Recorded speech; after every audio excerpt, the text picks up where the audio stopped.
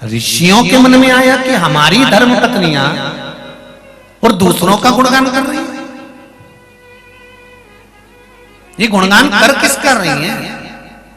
ऋषि पत्नियां किसको रिझा रही हैं? किसका वर्णन कर रही हैं? इनको भान नहीं हुआ कौन था ऐसा।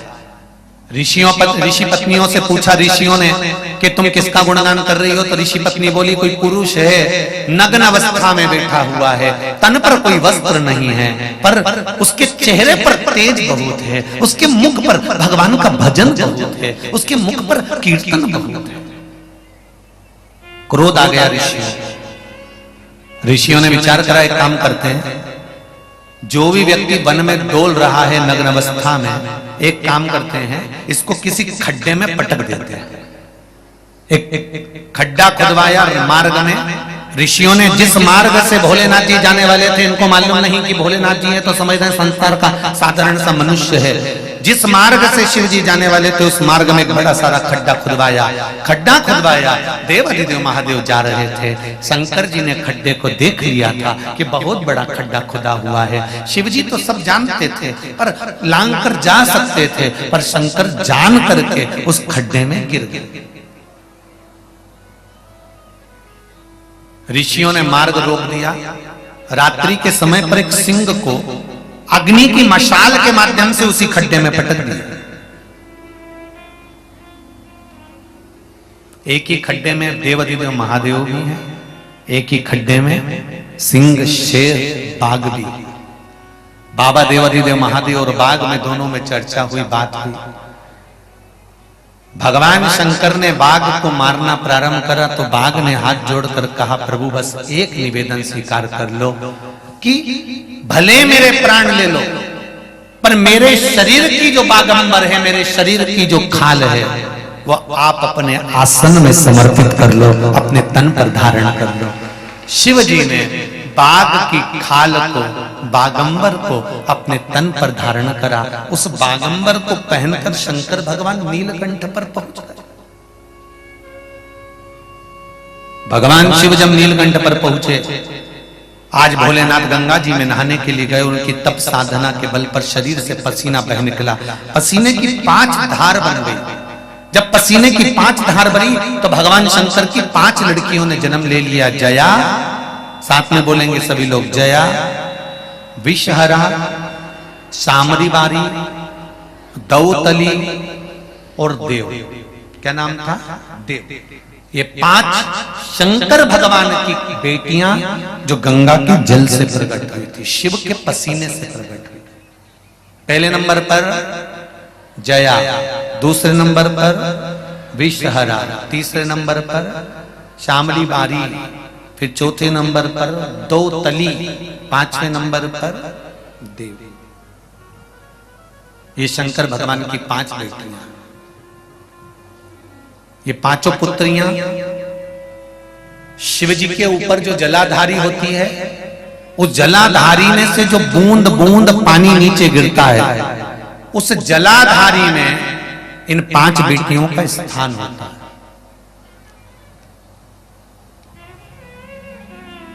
जिस व्यक्ति को स्वप्न बहुत आते हो, सर्प दिखते हो, नाग दिखते हो, या मुर्दा दिखता हो, या सफेद कपड़े में कोई लपेटा हुआ दिखता हो, श्वेत केश वाला कोई दिखता हो स्वप्न में, या रात्रि में एकदम सोते सोते नींद उचिष्ट हो जाती है, नींद खुल जाती है, तो जया, विषहरा, शामरी बारी, दौतली और देव, शंकर भगवान के 13 बच्चों में से ये 5 जो बेटियां हैं शिव जी की, इन 5 बेटियों का नाम स्मरण कर कर हाथ में जल लेकर पीकर सो जाइए। स्वप्न नहीं आएगा, नींद भी भरपूर आएगी, गोली खाने की जरूरत नहीं पड़ेगी, टेबलेट नहीं खाना पड़ेगा।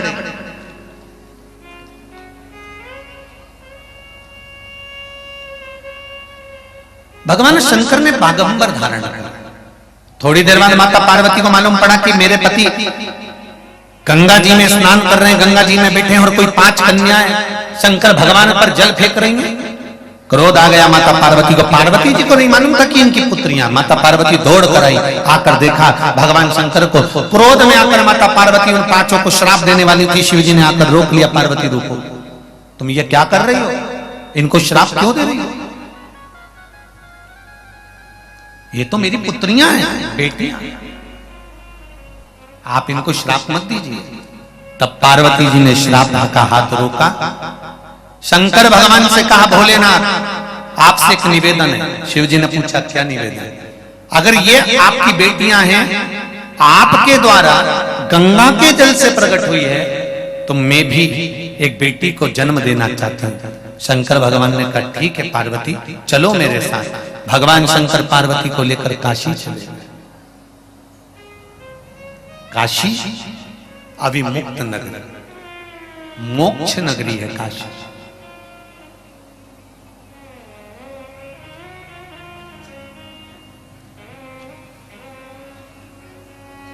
अभिमुक्त नगरी काशी। सत्ययुग में भी काशी थी, त्रेता में भी काशी थी, द्वापर में भी काशी थी, और कलयुग में भी काशी है। शिव महापुराण की कथा कहती है, स्कंद पुराण कहती है, लिंग पुराण कहती है, नर्मदा पुराण कहती है, पद्म पुराण कहती है, अग्नि पुराण कहती है। सारा की सारा ब्रह्मांड कलयुग समाप्त होते से जल में विलीन हो जाता है, पर एक काशी ही ऐसी है जो कभी जल में विलीन नहीं होती, वो अजर और अमर है। इसीलिए उसको अभिमुक्त नगरी कहा जाता है, मोक्ष नगरी काशी। पूरी दुनिया में केवल एक नगरी है काशी, जहां पर भगवान शंकर से पार्वती जी ने 2 वर मांगे थे। पार्वती जी ने 2 वर मांगे थे माता पार्वती ने शिव जी से। पहला वर माता पार्वती ने शंकर जी से मांगा था, जिस पति पत्नी में आपस में विवाद हो, लड़ाई हो, उनमें प्रेम बढ़े। ये शंकर भगवान से पार्वती जी ने वर मांगा था। शिव जी ने वर दिया था, जिस पति पत्नी में झगड़ा होगा उनमें प्रेम बहुत बढ़ेगा। ये शिव का वर है। इसलिए सागर की जीजियों से निवेदन है,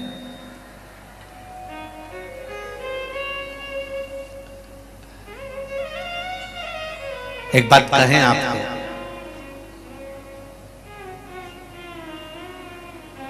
झगड़ा करने में भी दिल की बातें बाहर निकल जाती हैं। बोलो सही है कि गलत है? जो मन में तुम्हारे कपट भरा रहता है ना, बहुत सारा गुब्बार भरा रहता है, तो ये झगड़ा जब करते हो ना, तो तुम उसे बोल देते हो, और वो भी जो बोलना हो वो बोल देता है। पर निवेदन है,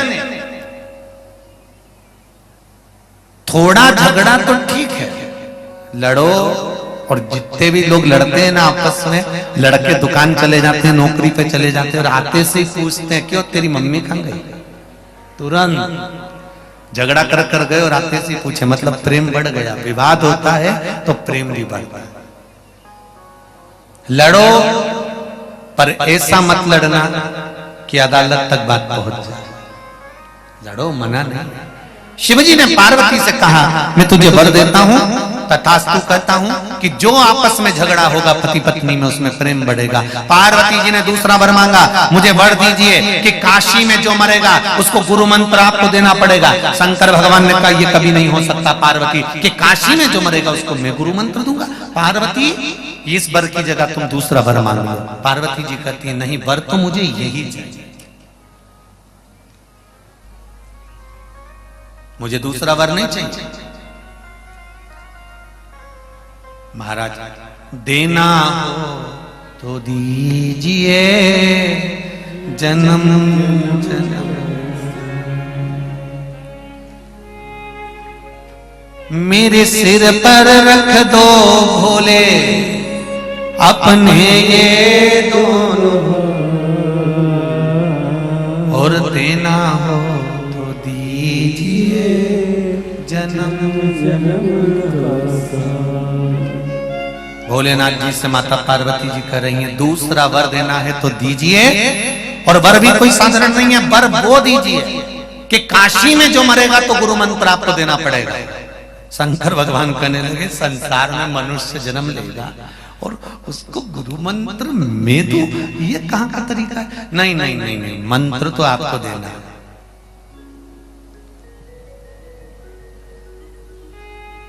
मंत्र तो देना पड़ेगा, चाहे कुछ भी हो, गुरु तो आपको बनना पड़ेगा। और सुन लो री जीजियों, मेरे भाई मेरी बहनों, इधर उधर हमको भटकना नहीं है।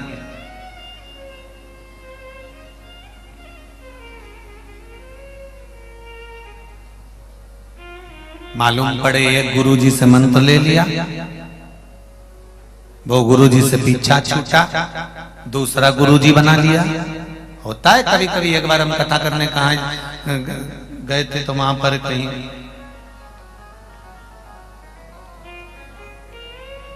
एक माता जी आकर बोली कि गुरुजी हमको गुरु मंत्र लेना। हमने कहा कितने साल की हो?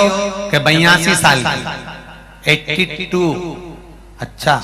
हमने कहा तुमने अभी तक गुरु मंत्र नहीं लिया? नहीं लिया था गुरुजी। तो हमारा जो पहला गुरुजी था ना, जब हम छोटे छोटे थे तो हमारी मम्मी हाथ पकड़ के ले गई, हमारे यहाँ प्रवचन करने गुरुजी आए थे, हमसे मंत्र दिलवा दिया था। फिर दूसरी बार से हमारे यहाँ वो गुरुजी नहीं आया। फिर हमारी शादी हो गई। शादी होके हम हमारी मम्मी से कहे कि हमारा गुरुजी से मिलवा दो। मम्मी बोली वो गुरुजी तो निपट गए। फिर हमारी शादी हो गई, हमारा पति हमको घुमाने के लिए चित्रकूट ले गया। फिर हम चित्रकूट गए तो वहां पर हमारे पति के जो गुरुजी थे ना, हमारा पति बोला इनसे गुरु मंत्र ले लो। हमने उनसे गुरु मंत्र ले लिया। गुरुजी तो हमने कहा तुम्हारा गुरु हो तो गया, फिर काय को गुरु मंत्र? नहीं सुनो तो सही गुरुजी, हमारा चित्रकूट में गुरुजी हो गए। हम हमारे बच्चों को जब गुरुजी को धुकाने के लिए लेके जाने लगे तो हमको मालूम पड़ा कि हम मंदाकिनी स्नान करें, गुरुजी से मिल आए। 12 साल के बाद हम गुरुजी से मिलने गए, मालूम पड़ा हमारा गुरुजी तो। फिर हमारी बहन बोली हम वृंदावन जा रहे हैं, वहां पर हमारे गुरुजी हैं, तुम उनसे गुरु मंत्र ले लो। हम वृंदावन घूमने गए तो हमारी बहन का गुरुजी था, हमने उनसे गुरु मंत्र ले लिया। एक बार हमारी बेटी बोली मम्मी चलो हम भी वृंदावन चलते हैं। 9 साल के बाद हमारी बेटी हमको वृंदावन घुमाने ले गई। हम वृंदावन गए, गुरुजी हमने सोचा हमारे गुरुजी से मिल आए अटल्ला चुंगी पे जाके। अब वृंदावन के अटल्ला चुंगी पे मिलने गए तो हमें मालूम पड़ा हमारा गुरुजी तो निपट गए। गुरुजी हमारा कोई गुरुजी नहीं है, तुम हमको गुरु मंत्र दे दो। हमने कहा बेन रेन दे कथा कर लेते हैं, तेरा क्या जाए, तो गुरु मंत्र लेती जाए, गुरु निपटाती जाए। अब कथा बात है।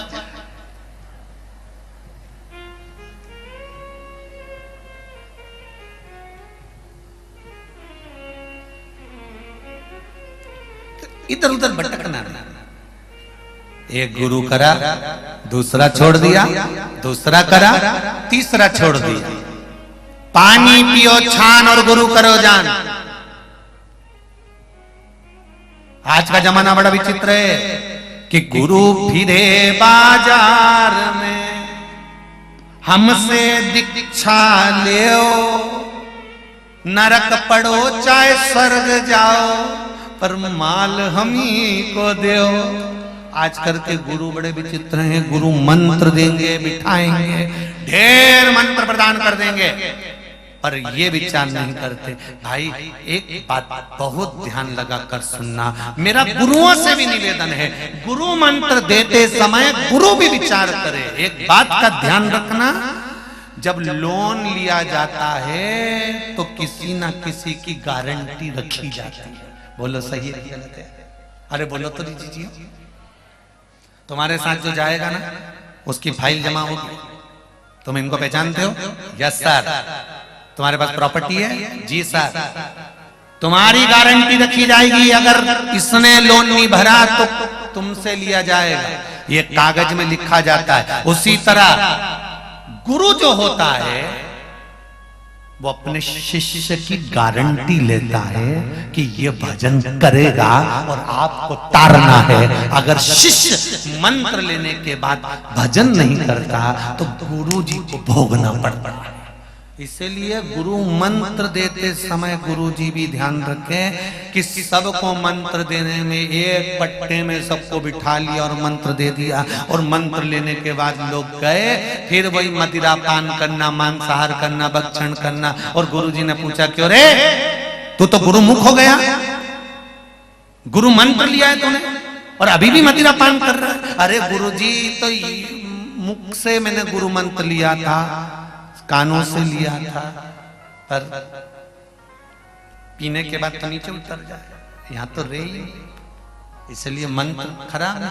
गुरु जी ने कहा नहीं नहीं, मुझे भोगना पड़ेगा, भोगना पड़ेगा। गुरु मंत्र लेना जरूरी है, पर एक निवेदन है, भटकना नहीं है इस मंत्र के लिए। अगर दिल से एकलव्य जैसा दिल से अगर मान लिया कि ये गुरु है, तो वो दिल से गुरु हो गया, फिर भटकेगा नहीं। मन लिया ना लिया, मंत्र जाप तो करा ना, ओम नमो भगवते वासुदेवाय श्री शिवाय नमस्तुभ्यम, मंत्र का स्मरण तो हुआ, नाम जाप तो हुआ, राम तो कहा, स्मरण चित्त होना चाहिए। भगवान शंकर ने कहा पार्वती से, पार्वती तुम क्या मांगना चाह रही? पार्वती जी कहती मुझे वर दे दो कि काशी में जो मरेगा उसको गुरु मंत्र तुम्हें देना पड़ेगा। शंकर भगवान कहने लगे ऐसा नहीं हो सकता। पार्वती जी ने जिद पकड़ ली, भोजन करना छोड़ दिया, पानी पीना छोड़ दिया। शंकर भगवान ने पार्वती जी के वचन का टेक रखा। शिव जी ने कहा ठीक है पार्वती, जो काशी में मरेगा उसको गुरु मंत्र में दूंगा। पार्वती जी फिर भी भोजन नहीं कर रहे। शिव जी ने कहा मैंने वचन दे दिया, अब तो मान जा। पार्वती जी कहती तुमने वचन तो दे दिया, पर मुझे कैसे मालूम पड़ेगा कि काशी में मरने वाले को गुरु मंत्र आपने दिया? ये मुझे कैसे मालूम पड़ेगा? शंकर भगवान ने पूछा तू क्या चाहती है? पार्वती जी ने कहा प्रभु बस एक वर और दे दीजिए कि काशी में जो मरेगा उसके सीधे कान में तुम्हें गुरु मंत्र देकर कान को मोड़ देना है। जब तुम कान मोड़ दोगे तो मुझे दिख जाएगा कि आपने गुरु मंत्र दे दिया है। इसलिए आज भी काशी में मरने वाले का सीधा कान अपने आप टेढ़ा हो जाता है। आज भी काशी में मरने वाले का सीधा कान टेढ़ा। अभी मुक्त नगरी है काशी।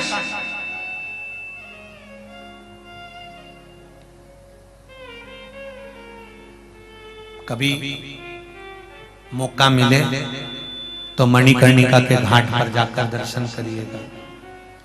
जो मुर्दे हैं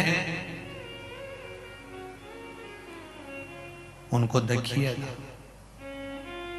किसी का कान सीधा है तो उसका भी पूछना कि भैया हमने कथा में सुना है कि काशी में मरने वाले का सीधा कान टेढ़ा हो जाता है, क्योंकि भगवान काशी में मरने वाले को गुरु मंत्र प्रदान कर देते हैं मरते समय।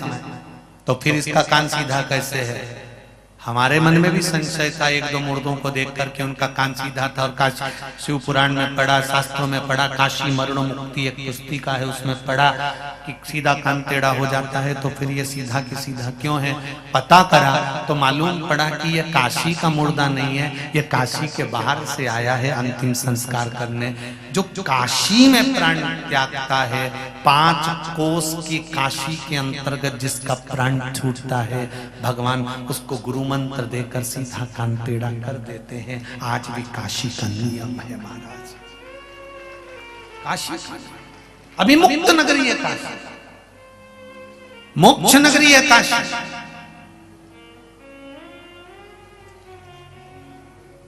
साधारण सी भूमि नहीं है काशी।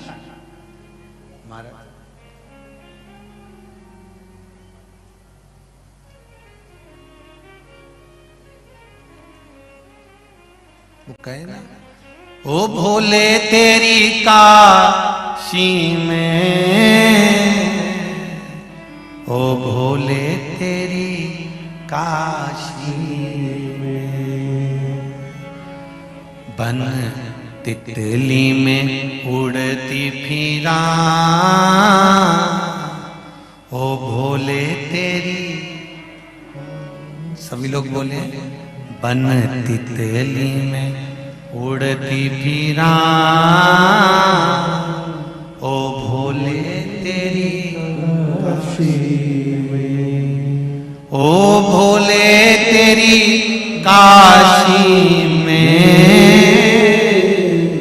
शिव शंकर तेरी काशी में, बन तितली में उड़ती फिरा, ओ भोले तेरी काशी में। शिव की कृपा काशी अभिमुक्त नगरी है, मोक्ष नगरी।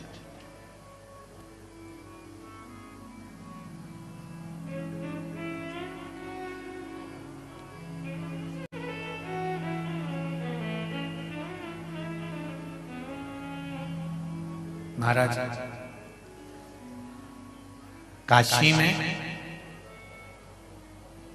एक भवन का ध्यान नहीं आ रहा, उस भवन का नाम स्मरण में नहीं आ रहा। काशी में एक भवन ऐसा भी है जिस भवन में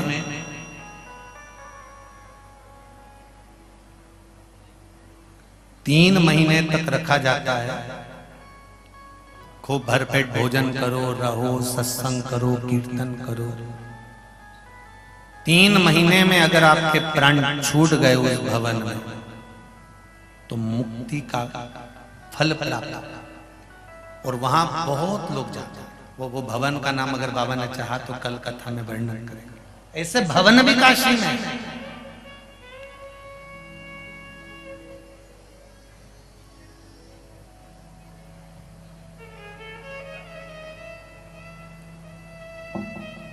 उत्तराखंड की भूमि में,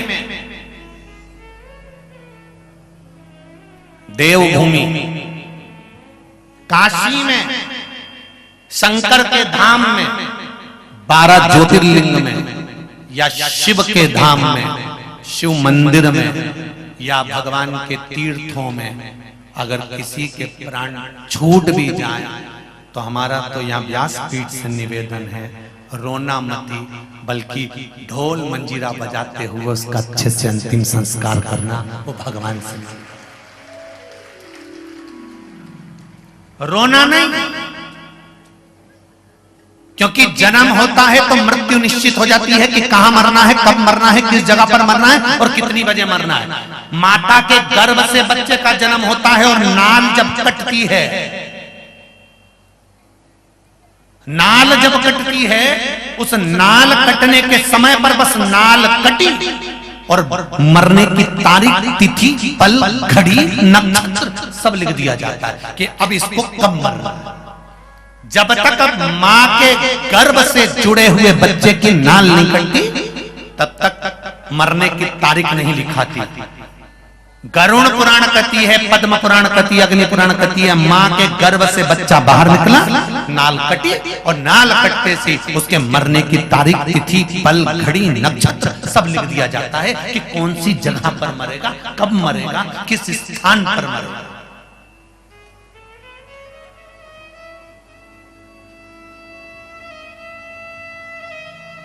जिसका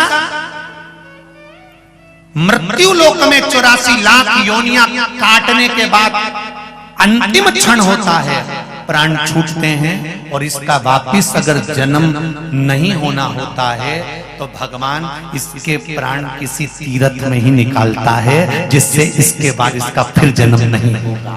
ये गया समाज। बोलिएगा, एक बात आपसे पूछना चाहेंगे, आज बात निकली है तो सागर वालों दिल से कहना एक बात, कोरोना महामारी में ढेर सारे मरे, ठीक है। इससे पहले केदारनाथ जी की त्रासदी हुई थी, उसमें ढेर सारे मरे थे। ईमानदारी से बोलना, दोनों में अच्छे से तर्पण और पिंड की जरूरत किसको पड़ेगी? जो केदारनाथ जी में मरा उसको पिंड और तर्पण की जरूरत है क्या? नहीं। पर जो कोरोना महामारी में ऑक्सीजन पाने के लिए मौत को देख रहा था, तड़प रहा था, अंतिम सांसें गिन रहा था, आंखों से नीर बह रहा था, वेंटिलेटर पर पड़ा हुआ था, कमरे में पूरा परिवार छोड़कर अकेला पड़ा हुआ था, जिसके बच्चों ने भी अंतिम संस्कार नहीं किया, ब्राह्मण गरुड़ पुराण तक पढ़ने नहीं गया, ब्राह्मण भोज तक नहीं हो पाया। तर्पण और पिंड की जरूरत इनको है। जो केदारनाथ की त्रासदी में मरे उनको नहीं, क्योंकि वो तो शिव के धाम में थे। शंकर ने जान लिया था कि अब इनका जन्म नहीं होना है, ये मुझ में मिलेंगे, इसलिए उन्होंने उनको उठा लिया। अंतिम क्षण तीर्थ में हो तो उससे बढ़कर कोई सुख नहीं हो सकता। कई लोग कहते हैं हम तीर्थ में गए, वो तीर्थ में ऐसा हो गया, उस तीर्थ में नहीं, नहीं उस तीर्थ में जाते रहो। हम भगवान की कथा में गए, ऐसा हो गया, नहीं, जाते रहो।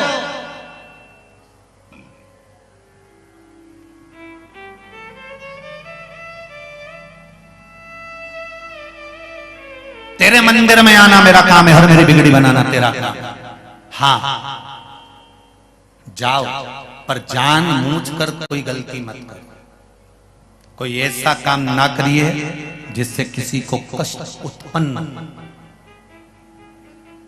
आपसे भी निवेदन है, जितने लोग कथा में भारी मात्रा में आप लोग कथा सुनने आए हो, 4-4, 5-5 पंडाल फुल भरे हुए हैं, उसके बाद भी चारों तरफ ढेर लोग खड़े होकर कथा सुन रहे हैं। आपसे भी निवेदन है, जब यहां से जाओ, अपने पांव से, अपने शरीर से, अपनी गाड़ी से, अपने घोड़े से किसी को तकलीफ ना हो। गाड़ी भी चलाओ तो धीरे धीरे चलाओ, कोई धीरे धीरे स्मरण करे, किसी को कष्ट ना हो।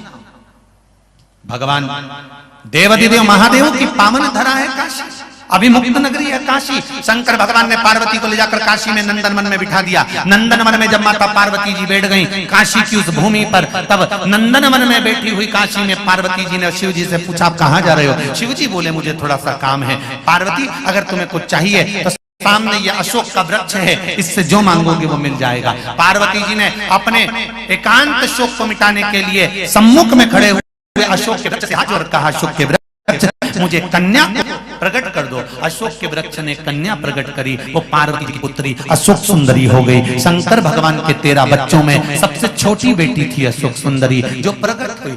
अशोक सुंदरी को शंकर भगवान ने देखा, पार्वती जी के पास में बड़े प्रसन्न हुए। भगवान शंकर ने कहा, सुनो पार्वती, जिस बेटा और बेटियों का मंगल विवाह नहीं होगा, शादी नहीं होगी, अगर अशोक सुंदरी का स्मरण कर कर एक बेलपत्र में लाल चंदन लगाकर एक मूंग के दाने के साथ अगर अशोक सुंदरी के स्थान पर समर्पित कर देंगे तो उनके मंगल विवाह 3 महीने के अंदर हो जाएंगे। ऐसे मंगल विवाह का प्रस्ताव शिव कहते हैं। अशोक सुंदरी कोई साधारण शिव जी की बेटी, बेटा मां को प्रिय होता है और बेटी बाप को प्रिय होती है। किसी पिता की सबसे बड़ी दौलत होती है तो उसकी बेटी होती है। मेरा बेटियों से निवेदन है, किसी बाप की सबसे बड़ी दौलत होती है तो उसकी बेटी होती है। इसलिए मेरी बेटियों से निवेदन है, तुम्हारा पिता तुमको अच्छे स्कूल में पढ़ाता है, तुम्हारा पिता अच्छे कॉलेज में भेजता है, सबसे बात झगड़ कर लड़कर घर के लोग मना कर रहे हैं, मत भेजो मत भेजो, माहौल खराब है, उसके बाद भी केवल एक बाप होता है जो अपनी बेटी को अच्छा कॉलेज, अच्छा स्कूल दिलाता है, दूसरे शहर में पढ़ने पहुंचाता है। तुम्हारे पिता ने कपड़े पहनने से मना करा नहीं, तुम्हारे पिता ने तुम्हें पढ़ाने से मना करा नहीं, तुम्हारे पिता ने हर पल तुम्हारे लिए अग्रणता रखी, खूब खर्च करा, अपनी बेटी को आगे बढ़ाया है। तो बेटी का भी एक फर्ज बनता है कि अपने बाप को नरक मत भेज देना, कन्यादान का मौका अपने पिता को जरूर देना, ये बेटी का फर्ज है।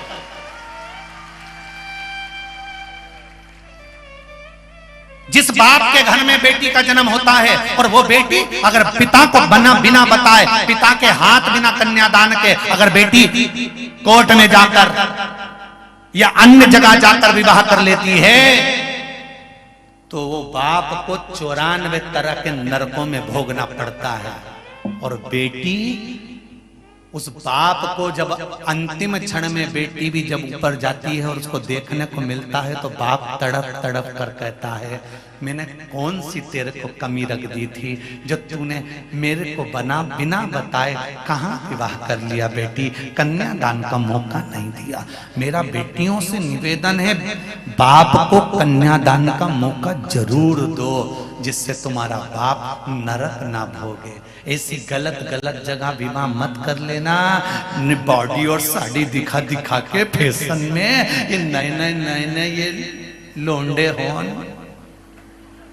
आप पुष्कर जी जा रहे हो, आप यमुना जी के घाट जा रहे हो, आप नर्मदा जी के घाट जा रहे हो, जब भी कोई पुण्यमय स्थान पर जाते हैं तो वहां से थोड़ा ना थोड़ा जल लेकर अवश्य आते हैं। उसी तरह तुम्हारे नगर में तुम जहां रहते हो, चाहे तुम दिल्ली रहते हो, मुंबई रहते हो, पुणे रहते हो, तुम्हारी मर्जी हो, तुम जहां रहते हो, सागर रहते हो, आस्था चैनल पर, फेसबुक पर, यूट्यूब पर जो कथा सुन रहे हैं सब दूर दूर, कोई हरियाणा, कोई पंजाब, कोई उत्तराखंड, कोई कहीं हिमाचल, कोई यूपी, जहां तुम रह रहे हो, कोई बंगाल आदि कादिक जहां रहते हो, वहां तुम्हारे नजदीक में जो शिव मंदिर है, आप प्रतिदिन ये समझो ना कि वो शिव मंदिर नहीं है, वो केदारनाथ, वो बद्रीनाथ, वो यमुनोत्री, वो गंगोत्री, वो रामेश्वरम, वो काशी, वो महाकाल, वो भीमाशंकर, वो त्र्यंबकेश्वर, वो मल्लिकार्जुन हमारे पास में ही है। हम जल चढ़ाएं और उसका जल थोड़ा सा लेकर आ रहे हैं, तो ये समझिए कि सारे तीर्थों का जल हमारे साथ में आ रहा है।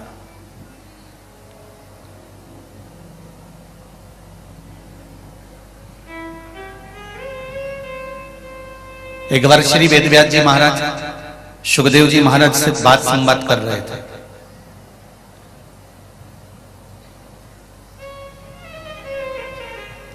और यही संवाद सुखदेव जी महाराज ने श्री जनक जी महाराज से करा था कि मृत्यु लोक में इतने तीर्थ हैं, सुखदेव जी कहते हैं मैं सारे तीर्थों में दर्शन करने जाऊंगा। मृत्यु लोक में इतने तीर्थ बसे हुए, इतने कुंड हैं, इतनी नदियां हैं, इतने तालाब हैं, इतने सरोवर हैं, लाखों लाख तीर्थ मृत्यु लोक में विराजमान है। भारत की भूमि पर जितने तीर्थ हैं दुनिया में कहीं इतने तीर्थ नहीं है जो भारत माता की गोद में तीर्थ। पग पग में तीर्थ है। सुखदेव जी महाराज ने कहा जनक जी महाराज से कि आप मुझे गुरु मंत्र दे दो, मैं आपका शिष्य बन जाऊं और सारे तीर्थ घूमता फिरूं। तो जनक जी महाराज ने कहा अगर मैं तुझे गुरु मंत्र दे दूंगा वो मना नहीं है, पर गुरु मंत्र की एक दक्षिणा होती है, वो दोगे क्या तुम मुझको?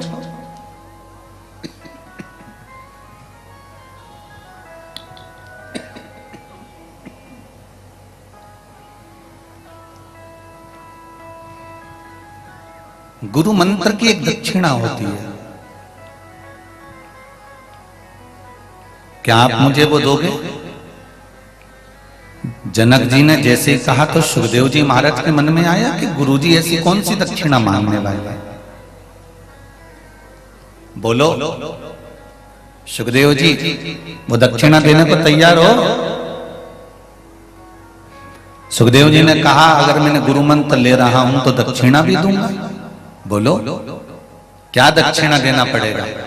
तो सुखदेव जी महाराज से राजा जनक जी ने कहा कि तुम्हें सन्यासी नहीं बनना है, तुम्हें तपस्वी नहीं बनना है, तुम्हें साधु नहीं बनना है, तुम्हें संत नहीं बनना है। सुखदेव जी से कहा तुम्हें गृहस्थी बनना है, विवाह करो, शादी करो, घर में बच्चे हों, हमें गृहस्थ आश्रम धारण करना है। सुखदेव जी कहने लगे गुरुजी मैं तो गृहस्थ आश्रम में रहना नहीं चाहता, मैं गृहस्थ आश्रम में पढ़ना नहीं चाहता।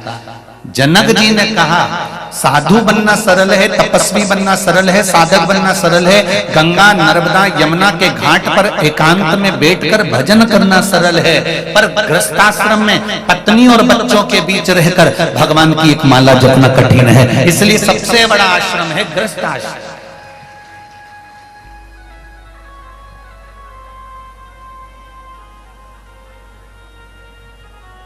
ये जितने लोग कहते हैं ना हम तो भैया विवाह नहीं करेंगे, हम तो साधु बन जाएं, हम तो संत बन जाएं, हम तो सन्यासी बन जाएं, हम तो तपस्वी बन जाएं, तो गंगा के घाट पर अकेले तो भजन कर कोई भी कर सकता है। अकेले राम तो कहीं पे भी डोलते फिरो, कौन मना करे जी। पर विवाह करने के बाद पत्नी, बच्चे, कुटुंब और कबीले के साथ में रहकर भजन करना कठिन है। सुखदेव जी से कहा तुम्हें शादी करना पड़ेगा, और सुखदेव जी महाराज ने गुरु जी की आज्ञा मानी और पितरों की कन्या पीवरी के साथ में, जिन सुखदेव जी ने राजा परीक्षित को श्रीमद् भागवत कथा सुनाई थी, उन सुखदेव जी ने पितरों की कन्या पीवरी के साथ में विवाह किया। देवी भागवत में लिखा है अगर किसी को विश्वास नहीं हो तो देवी भागवत पढ़ लेंगे।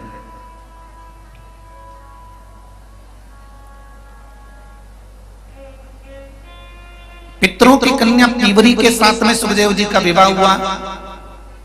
लड़के हुए, एक लड़की हुई जो अणु नाम के राजा के साथ में भी आई। सुखदेव जी महाराज फिर बाबा जनक जी के पास पहुंचे और राजा जनक जी के पास जाकर सुखदेव जी ने कहा, गुरुदेव आपने मुझे विवाह के जंजाल में फंसा दिया। अब मैं सारे तीर्थों में कैसे जाऊंगा? सारी नदियों में, तालाब में, कुंड में, बावड़ी में स्नान कैसे करूंगा? लाखों तीर्थ हैं मृत्यु लोक में, इन सारे तीर्थों का दर्शन मैं कब करूंगा? तब जनक जी महाराज ने कहा, सुखदेव जी तुम्हें सारे तीर्थ में जाने की जरूरत नहीं है। जहां पर संत बैठकर भगवान का सत्संग कर रहे हो, जहां प्रवचन और सत्संग चल रहा हो, जहां शिव महापुराण की कथा और भागवत रामायण चल रही हो, वहां जाकर बैठ जाना, सारे तीर्थों का दर्शन एक साथ होगा।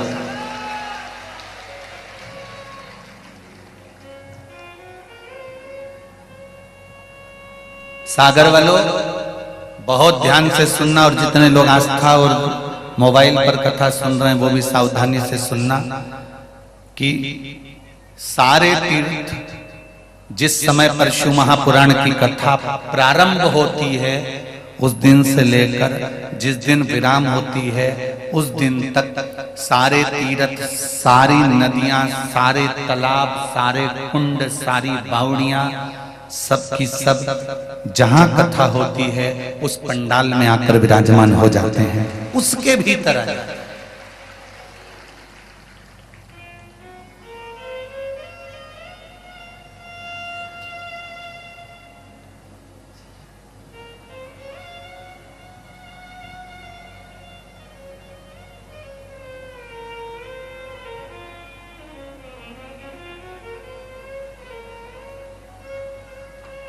कभी विचार किया आप लोगों ने,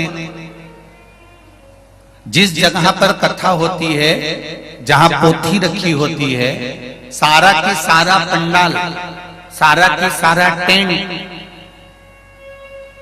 उसी पोथी के ऊपर जो टेंट लगा होता है उसी से जुड़ता हुआ क्यों चले जाता है?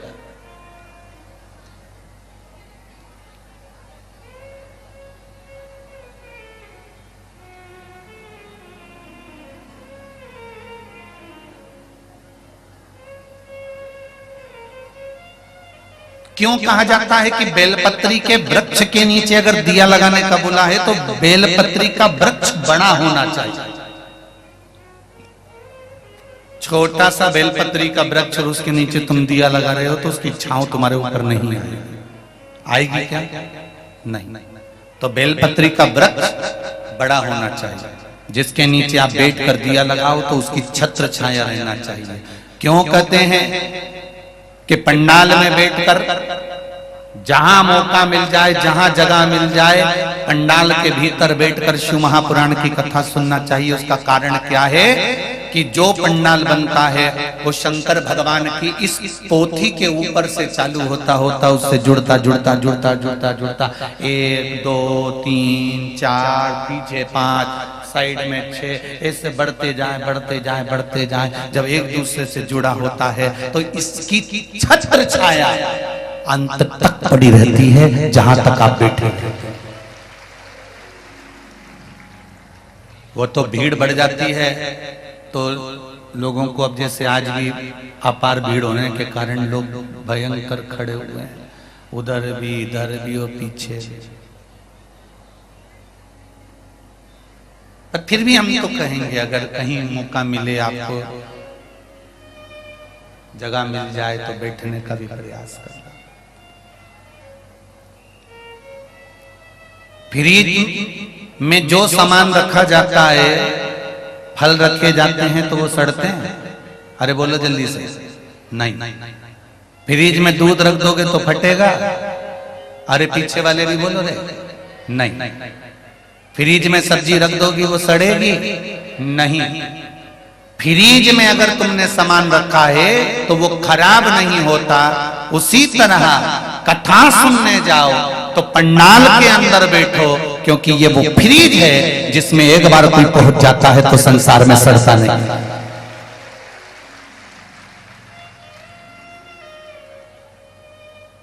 संसार में सड़ने से बचना है। काम, लोभ, आसक्ति, वासना, तृष्णा, मोह, ये सब मनुष्य को सड़ाने वाला है। इससे परे होना है हमको। इसलिए सत्संग में जाकर बैठने का प्रयास करा करो, प्रयास करो।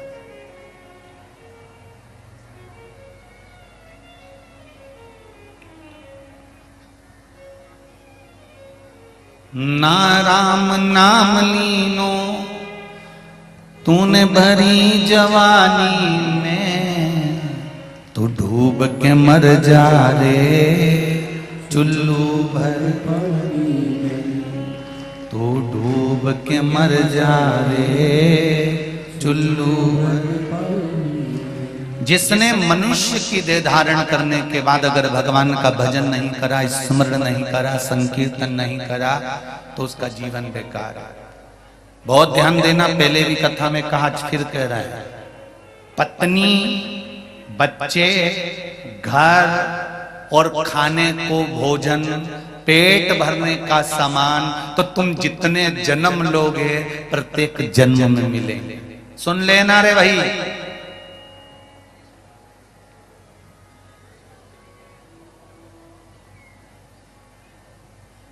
84 लाख योनियों में जितने तुम्हारे जन्म होंगे, प्रत्येक जन्म में तुम्हारी पत्नी भी होगी, तुम्हारा पति भी होगा, प्रत्येक जन्म में तुम्हारे बच्चे भी होंगे, प्रत्येक जन्म में तुम्हें भोजन भी मिलेगा, प्रत्येक जन्म में तुम्हें रहने के लिए पृथ्वी मिलेगी, घर भी मिलेगा। 84 लाख योनियों में पत्नी, बच्चे, घर, सामान सब मिलता है, सब कुछ मिलेगा, पर 84 लाख योनियों में शिव महापुराण की कथा नहीं मिलेगी। ये शिव महापुराण की कथा तो केवल मनुष्य के लिए है, मानव की योनि के लिए। इसलिए कहा नौकरी करो, सर्विस करो, धंधा करो, बिजनेस करो, जो तुम्हें करना है सब करो, पर साथ में परिवार को चलाते चलाते शिव महापुराण की कथा, भगवान का भजन कीर्तन करते चलो। तुम्हारे पास समय नहीं रहता तो इतनी कमाई में से थोड़ा थोड़ा पैसा बचाकर दुकान में भी एक टीवी लगवा लो, और उस टीवी में कुछ मत करो, केवल 2 बजे से 5 बजे तक, जब तक शिव महापुराण की कथा है उस समय तक उसको चालू कर कर बैठ जाओ। भले तुम ग्राहकी करो, भले तुम सारा काम करो, पर एक बात याद रखना, एक शब्द भी अगर कान में चले गया तो हो सकता है कि जिंदगी सवर जाए। थोड़ा सा ले,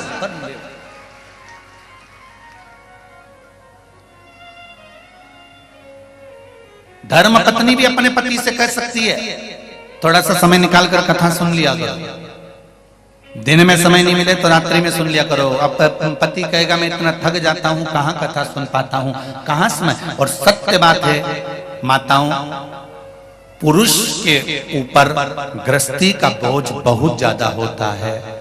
आपको लगता होगा कि बस दुकान पर जाकर बैठ गए या नौकरी करने पहुंच गए, बस सवेरे से जाते हैं, जूते वूते पहने, बढ़िया टाई फाई लगाई और खूब जोरदार सब खा पी के नाश्ता वास्ता कर कर और पहुंच गए अपनी नौकरी पर। शाम को आए और आराम से बस बैठ गए और खाया पिया सो गए। पर ये नहीं है, एक व्यक्ति चाहे नौकरी कर रहा हो, चाहे बिजनेस कर रहा हो, एक पुरुष हो चाहे स्त्री हो, उसके ऊपर गृहस्थी का जब बोझ होता है ना भाई, तो वो ही जान सकता है कि उसके ऊपर कितना बोझ है।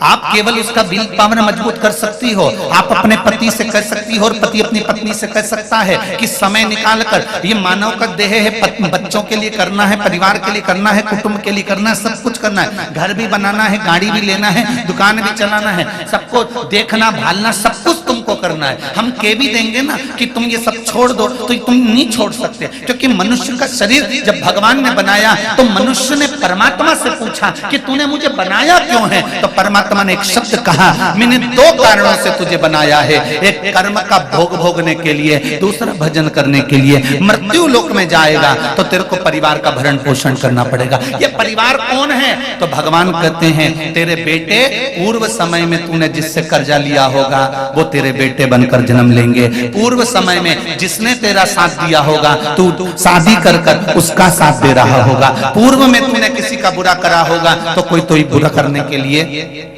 तेरे पास में आ जाएगा। कोई तुम्हारा धन खाकर भाग जाए तो रोना मती।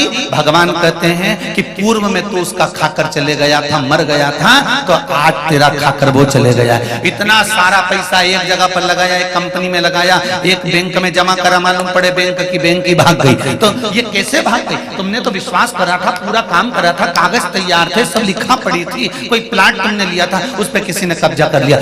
जरा समझो कि ये पूर्व का है जो कर्म हमको भोगना पड़ रहा है। ये जितने पत्नी, पति, बच्चे, बेटा, बेटी, माता, पिता, भाई, बंधु, कुटुंब, कबीला, ये सब हमारे पूर्व के संबंधों के अनुसार हमको प्राप्त होते हैं। भगवान ने कहा कि मृत्यु लोक में जा रहा है, बस एक बात याद रखना, पत्नी को भी पालना है, बच्चों को भी पालना है, परिवार को भी पालना है, घर भी तुझे बनाना है, दुकान भी तुझे बनाना है, जमीन भी जोड़ना है, बंगला भी बनाना है, गाड़ी भी तुझे लाना है। पर उसके साथ में एक काम जरूर करना कि थोड़ा थोड़ा शिव का भजन करते चले जाना, तो जिंदगी सवर जाए।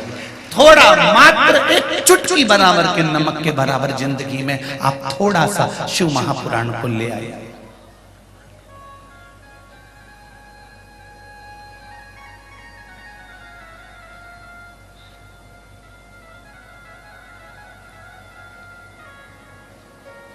एक सिस्टर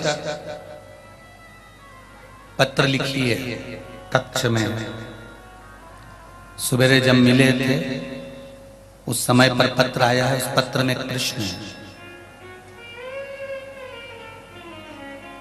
गुरुदेव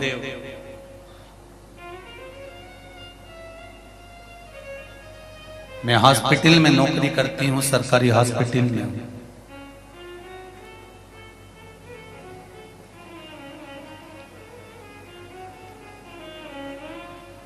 सिस्टर नहीं है वो जो पौछा आदि कादिक लगाती हैं, कार्य करने वाली माँ। उन्होंने कहा कि हम बर्ड बॉय लिखा था, कुछ ऐसा लिखा था उसमें, तो हम उसकी नौकरी करते हैं। हॉस्पिटल में बच्चा जन्म भी ले रहा है, जन्म जिस टेबल पर लिया गया है उस टेबल को भी हमें पहुंचना है। रोज प्रतिदिन 2-4 दिन में कोई मर भी रहा है तो भी हमको उसको देखना है। सुबह से लेकर शाम तक निकल जाता है, कभी शाम से लेकर रात की ड्यूटी होती है तो सुबह निकल जाता है। गुरुदेव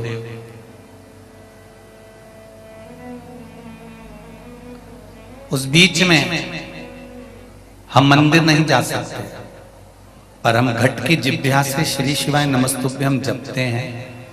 और 2-3 दिन में अगर समय मिल जाता है, जैसा भी नाइट की ड्यूटी होती है तो दिन में हम मंदिर चले जाते हैं, तो क्या हमारी पूजन को शिव स्वीकार करेंगे कि नहीं करेंगे? तो जिस बहन ने प्रश्न किया था उस बहन को मैं नमन कर कर कहता हूं कि तुलसीदास जी ने भी एक ही शब्द लिखा है रामचरितमानस में कि कलयुग केवल नाम आधारा। कलयुग में नाम की आधारशिला है। घट की जिभ्या से अगर आप काम करते करते भी उस परमात्मा का नाम ले रही हो तो ये निश्चित है कि वो एक दिन मिलेगा जरूर। आप अपनी सेवा से वंचित मत हो।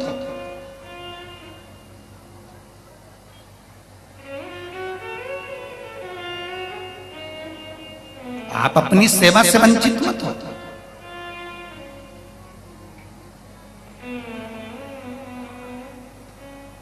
कर्म करने में पीछे मत हटो।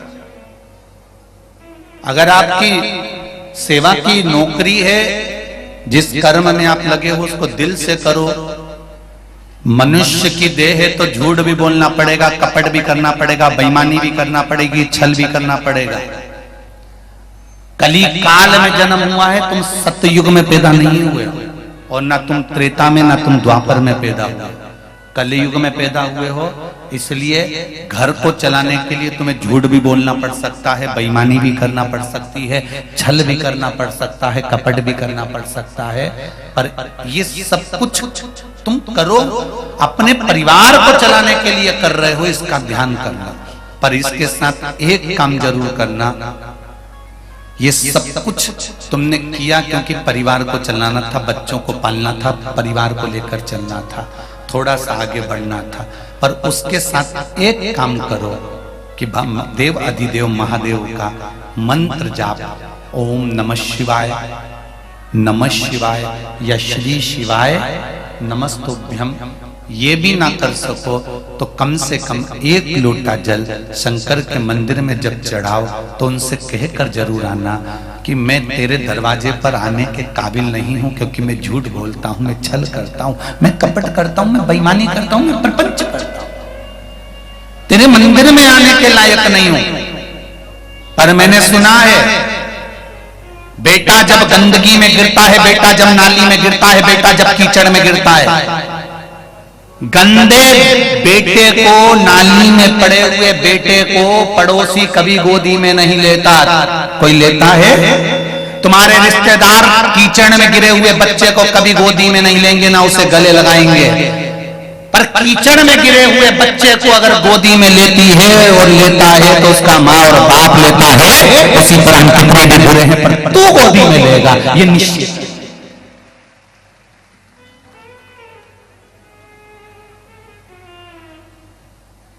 गंदगी में सने हुए बच्चे को पड़ोसी गोदी में नहीं लेगा, गंदगी में सने हुए बच्चे को तुम्हारे रिश्तेदार गोदी में नहीं लेंगे। कोई बच्चा गिरकर आ जाए, गंदगी उसके पूरे शरीर पर मेला ही मेला लग रहा हो, गंदा ही गंदा लग रहा हो, मक्खियां भी नक रही हो, कौन लेगा उसको गोदी में?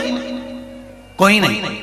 केवल एक माँ रहती है, गोदी में उठाया, लेकर चल दी, तुरंत उसका स्नान कराया, वॉशरूम में ले गई, कपड़े से पोंछा, उसके बाद भी कहती है रोना मती, मैं ले जा रही हूँ ना तुझे, चुप हो जा, बिल्कुल चुप हो जा। और माँ उसको गले से लगाकर, बाप उसको गले से लगाकर और वॉशरूम तक लेकर जाएगा, स्नान कराएगा, वापिस उसको क्लीन कर देगा, वापिस साफ कर देगा। वो बेकार कपड़े बाथरूम में पटक देगा धोने के लिए, अच्छे कपड़े बच्चे को पहना देगा। शरीर में अगर बदबू भी आ रही होगी तो थोड़ा सा पाउडर लगा देगा। उसी तरह मेरा भोलेनाथ है, जिंदगी में तुमने कपट करा, छल करा, बेईमानी करी, प्रपंच करा, सब कुछ करा, पर देव अधिदेव महादेव के मंदिर जाना मत छोड़ना, उसके दरवाजे जाना, जिससे वो बाप तुमको साफ कर सके, वो माँ तुमको क्लीन कर सके और भक्ति का पाउडर लगाकर तुम्हारे शरीर को फिर सुगंधित कर सके। उस माँ बाप का दरवाजा मत छोड़ना, उस माँ बाप का द्वार नहीं छोड़ना,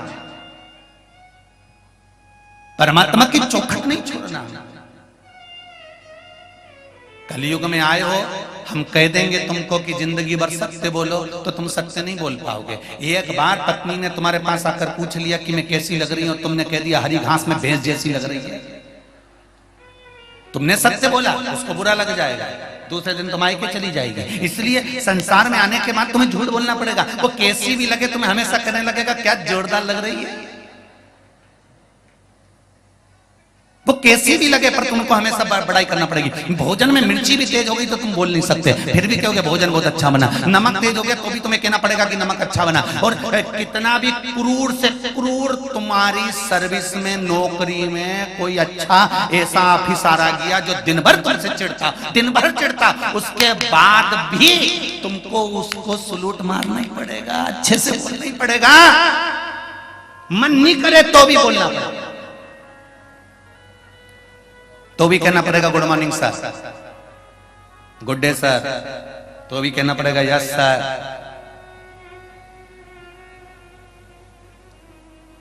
क्रूर से क्रूर मिलेगा, क्योंकि संसार में आए हो तो परिवार पालना है, परिवार को लेकर चलना है, सब कुछ करना पड़ेगा। अगर मैं कह भी दूं, इस व्यासपीठ से हम कह भी दें कि नहीं रे झूठ मत बोलना रे, बेईमानी नहीं करना, कपट नहीं करना, छल नहीं करना, बस हम कह दें, इतना जरूर करना कि तुम्हारे कारण किसी की आंख में आंसू ना आए, किसी के चेहरे पर स्माइल रहे, बस इतना जरूर। मुख पर हम कहते हैं, कई बार कहा, अगरबत्ती नहीं लगा सकते, मंदिर में जाकर दिया नहीं जला सकते, तो एक काम जरूर करना कि किसी के चेहरे पर प्रसन्नता जरूर दे देना, स्माइल।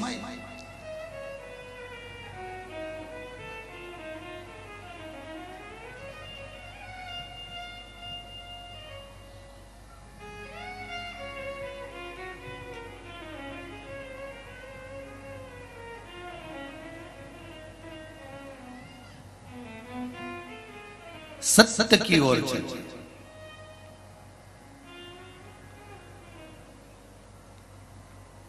और जब सत्य की ओर चलोगे तो जीवन का सुख मिलेगा।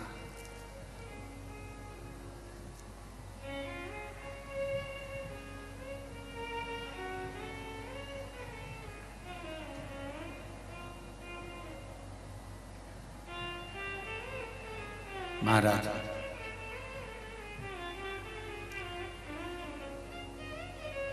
एक तेरे ही भरोसे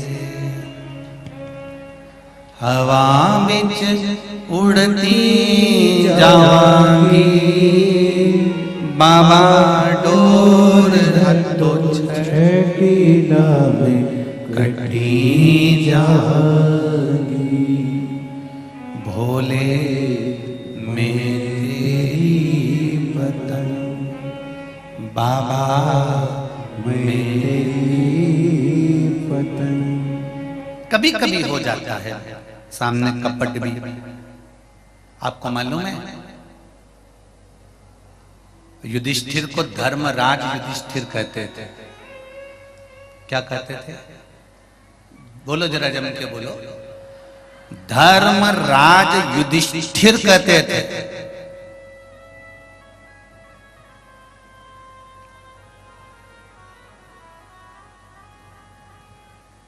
उसके बाद भी युधिष्ठिर को थोड़ी देर के लिए नरक जाना पड़ा था। विचार करिएगा जरा, महाभारत को उठाकर पढ़िएगा।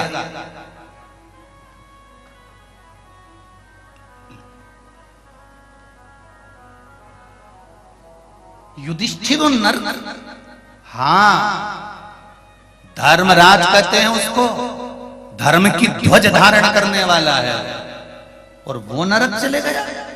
हाँ, कारण क्या था? केवल एक, पांडवों में केवल एक युधिष्ठिर ऐसे थे जो 7 शरीर बैकुंठ गए थे।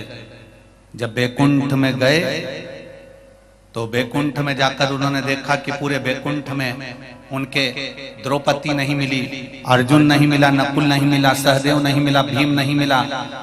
तो उन्होंने पूछ लिया बैकुंठ में, ये मेरे भाई बंधु कहां हैं?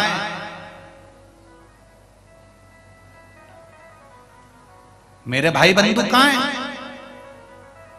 वैकुंठवासियों ने कहा, हमको भी ज्ञात नहीं है, परमात्मा को मालूम है, मैं उनको ढूंढने जाऊंगा। और युधिष्ठिर उनको ढूंढने के लिए गया। जब युधिष्ठिर ढूंढने के लिए गए तो दूसरे रास्ते पर चले गए। दूसरे रास्ते से गए तो वहां पर इतना गंदगी थी, इतनी गंदगी थी, इतनी गंदगी थी, जहां देखो रक्त, पीप, मांस सब पड़ा हुआ था। बहुत तेज तेज लोग चिल्ला रहे थे, तपन हो रही थी। युधिष्ठिर उसमें प्रवेश कर गया, उस रास्ते पर, उस रोड पर, उस मार्ग पर।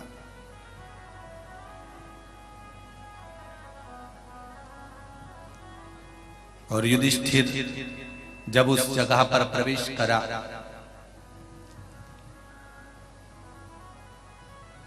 युधिष्ठिर जब उस जगह पर पहुंचे, तब वहां पर जितने लोग खड़े थे कारागार में, वो सब आवाज लगाने लगे, भैया मत जाओ, वापिस मत जाओ, आप वापिस मत जाओ। युधिष्ठिर ने पूछा, ये कौन लोग हैं? तो कहा, ये नरक भोगने वाले हैं। अच्छा, आप वापिस मत जाओ।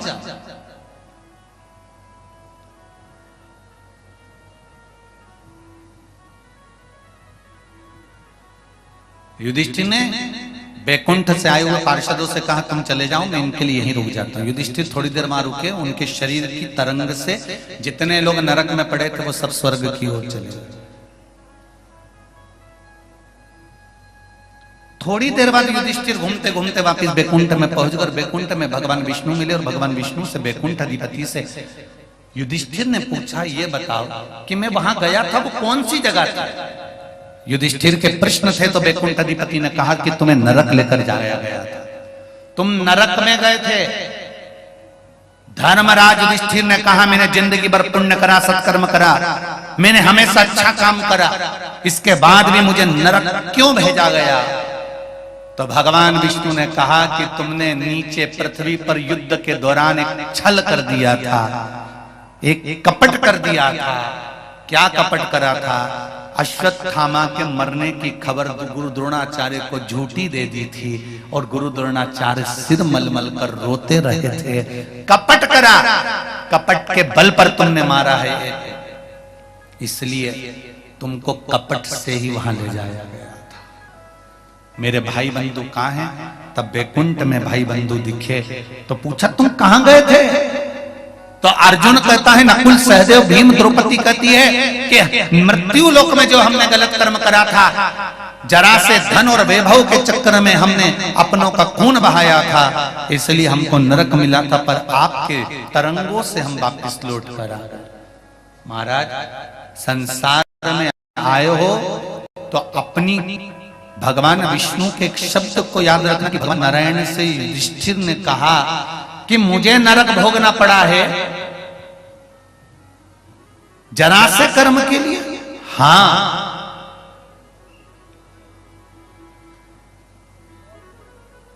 जरा से कर्म के लिए। हां, भीष्म पितामह ने भी तो कुछ कर्म बेकार करे होंगे, उनको नरक नहीं मिला है क्या? भगवान नारायण ने कहा, सुनो युधिष्ठिर, भीष्म पितामह दिन में जो युद्ध करते थे वो रात में जाकर भगवान कृष्ण से कह देते थे कि आज मैंने युद्ध में इतनों को मारा है और उनके प्राण चले गए मेरे कारण। अपने मन की बात वो कृष्ण से कहते थे। जब अपने मन का उद्गार, अपने भीतर का गलत काम हम परमात्मा के सामने कह देते हैं तो परमात्मा उसको स्वीकार कर वहीं की वहीं समाप्त कर देता है। वहीं की वहीं फाइल जब तक तुम्हारे ऑफिस में है, फाइल तुम्हारे पहचान वाले के ऑफिस में है, तब तक तुम कुछ भी मिटवा सकते हो, लिखवा सकते हो, पर फाइल दूसरी जगह पहुंच गई तो न मिटेगा न लिखेगा। उसी तरह शिव महापुराण की कथा कहती है, आपने कपट करा, आपने बेईमानी करी, आपने छल करा, आपने झूठ बोला, आपने प्रपंच करा, सब गलत काम आपने करे। मृत्यु लोक में आने के बाद आपने सारे गलत काम करे। गलत काम करने का प्रायश्चित एक है, प्रतिदिन शंकर के मंदिर में जाकर एक लोटा जल चढ़ाकर, एक बेलपत्र चढ़ाकर, शिव के मंदिर में नंदी के पास बैठकर शंकर भगवान से अपने किए हुए पाप को मन की मन भगवान से कह देना कि मैंने आज ऐसा कर्म कर दिया, मैंने किसी का दिल दुखा दिया होगा, मैंने ये कर दिया होगा, बाबा आप संभाल लेना। अपनी फाइल की बात भगवान तक कहो तो थोड़ा सा अपने हृदय की बात शिव से कहो तो जब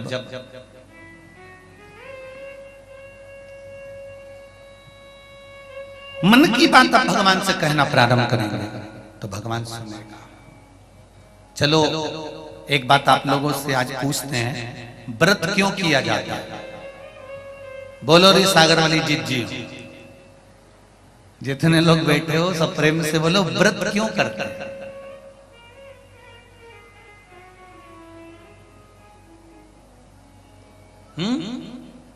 बोल दो जल्दी से, व्रत क्यों करते हैं? क्यों एकादशी आती है? क्यों प्रदोष आती है? किस लिए? आज भी बड़ा प्रसन्नता का विषय है, आज महेश नवमी है। संपूर्ण मारवाड़ी माहेश्वरी परिवारों को, पूरे विश्व में निवास करने वाले माहेश्वरी बंधुओं को आज महेश जयंती की, महेश नवमी की बहुत बहुत बधाई। बहुत बहुत बधाई।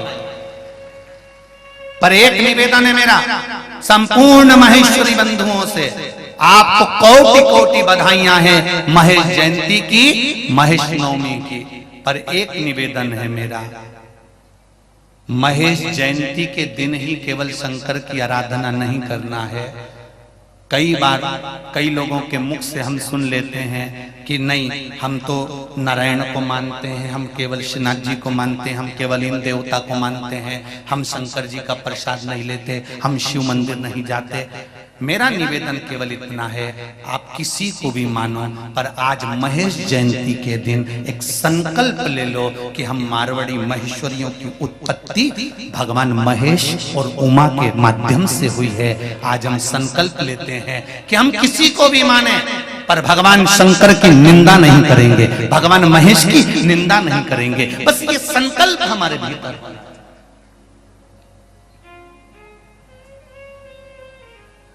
कोटि कोटि बधाइयां संपूर्ण विश्व में निवास करने वाले महेश्वरी बंधुओं को आज महेश नवमी की, महेश जयंती की बहुत बहुत बधाई।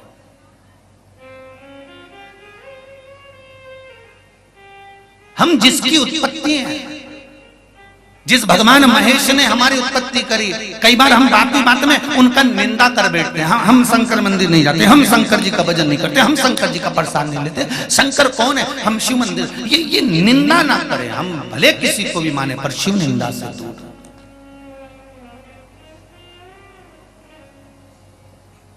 भगवान महेश की संतान है,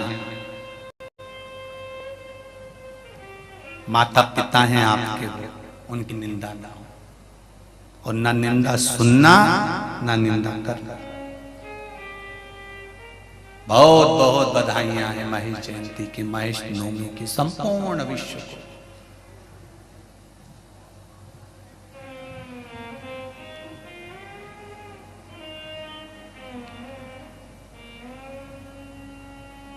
महाराज शिव मंदिर में जाकर अपने दिल की बात कहना प्रारंभ कर दीजिए।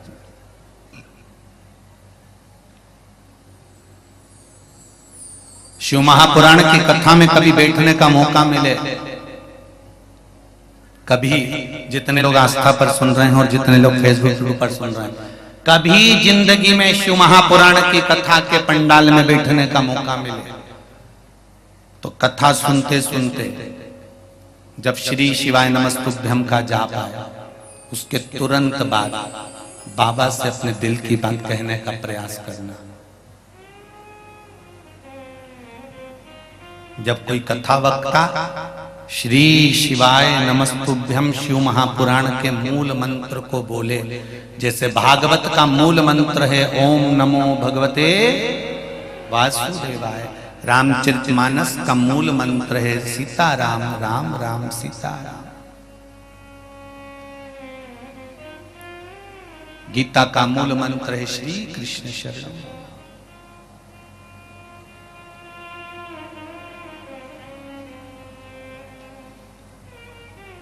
विष्णु पुराण का मूल मंत्र है श्री नारायण। शिव महापुराण की कथा में कभी बैठने का मौका मिले तो अपने हृदय की बात, जब श्री शिवाय नमस्तुभ्यम का जाप शिव महापुराण का मूल मंत्र आए, उस समय पर बाबा से कुछ क्षण बैठकर अपने हृदय की बात एक सेकंड के लिए, एक क्षण के लिए उससे कह बोल। कल एक कथा में बात कही थी, बुरे व्यक्ति को बुरा नहीं कहना, बुरे व्यक्ति को कभी बुरा नहीं करना।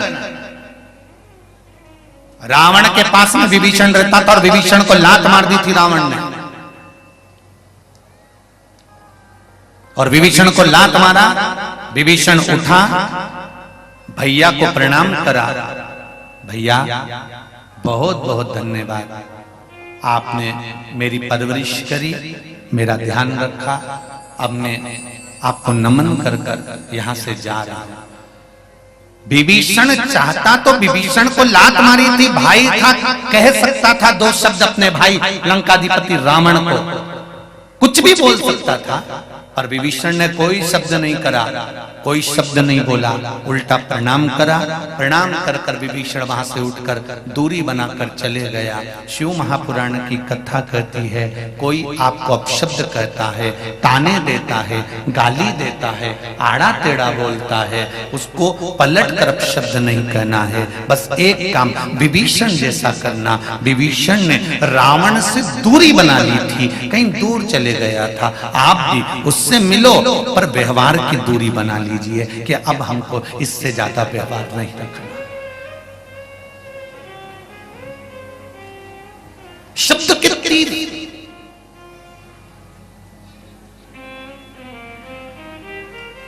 हैदराबाद की कथा सुनी आप लोगों ने? उसमें एक बात कही थी, गोली और बोली सुनी थी? गोली का घाव, बंदूक से निकली हुई गोली का घाव भरा सकता है, पर मुख से निकली हुई गोली का घाव जिंदगी भर नहीं भराएगा। पूरी जिंदगी नहीं भराएगा। गोली और बोली का ध्यान रखना कि गोली का घाव, बंदूक से निकली हुई गोली और मुख से निकली हुई बोली, ध्यान रखना। हैदराबाद की कथा में कहा था आपको कि बंदूक से निकली हुई गोली का घाव भर सकता है, पर मुख से निकली हुई बोली का भाव जो निकला है बोली, उसका घाव नहीं भरा सकता। वो बहू पहली बार जब शादी कर कर आई और सास ने ऐसे शब्द बोल दिए ना, वो जिंदगी भर भले सास मर जाएगी पर याद तो बोली रहेगी। ननंद ने जो जो बोला है भाभी को याद रहता है, भाभी ने जो बोला वो ननंद को याद रहता है। भले वो अपने मायके चली गई, ससुराल चली गई,